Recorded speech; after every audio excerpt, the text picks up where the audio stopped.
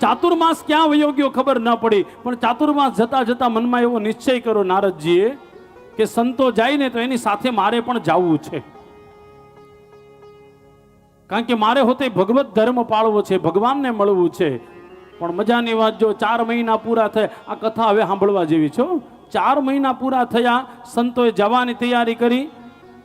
નાના અમથા બાળક નારદજીના રૂપમાં નાના અમથા બાળકે કીધું કે સંતો મને પણ તમારી સાથે લઈ જાઓ.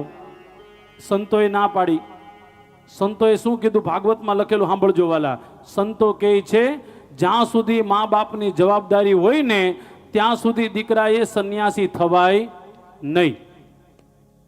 સાંભળજો, આ બહુ મોટું વાત કર્યું છું.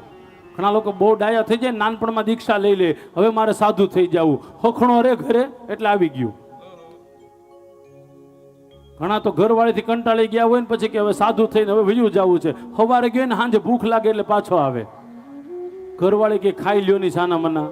હું ઘણી વાર કથામાં કહું, પુરુષને સૌથી વધારે કોઈ ઓળખી શકે તો કોણ ઓળખી શકે કયો જોઈ? મા બાપ નહીં હો, દીકરા દીકરી નહીં, એની ઘરવાળી. ભાગવતમાં લખેલું છે, બધા સંન્યાસીઓ ભેગા થઈ નાના અમથા બાળકને કહે છે, એ બાળક, જ્યાં સુધી મા બાપની જવાબદારી છે ત્યાં સુધી તમારે ગ્રહસ્થી સંન્યાસી ન થવાય. સંન્યાસી કોને થવાય? જેની ઉપર જવાબદારી ન હોય ને એને. માફ કરજો, આ મારે ખાસ કેવું, ઘણા બધા સંપ્રદાયમાં એક નિયમ થઈ ગયો, નાના બાળકને દીક્ષા આપી દે. તમારા હિસાબે સારું કહેવાય? ગ્રહસ્થ ધર્મ સૌથી મોટો છે. ધન્યો ગ્રહસ્થાશ્રમ. મનુસ્મૃતિમાં લખેલું છે, મોટામાં મોટો કોઈ ધર્મ હોય ને તો ગ્રહસ્થી ધર્મ છે.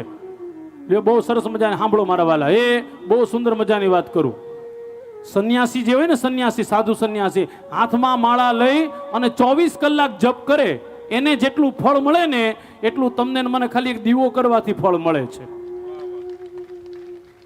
આપણે બધા લગ્ન કરેલા છે, આપણે મા બાપનું ધ્યાન રાખીએ, પત્ની બાળકોનું, પરિવારનું બધાનું ધ્યાન રાખીએ. અરે આપણે ત્યાં માસીનો પ્રસંગ હોય તોય જવું પડે મામેરું લઈને. તો આપણે કેટલું બધું કરવાનું. ઓલા સંન્યાસીને ખાલી એનું પોતાનું જ કરવાનું, એ કરવાનું હોય તો નકર પરબારું, જય સિયારામ. પણ આપણે તો બધાનું ધ્યાન રાખવાનું. એટલે ભગવાન કહે છે મોટામાં મોટો કોઈ ધર્મ હોય તો ગ્રહસ્થ ધર્મ છે.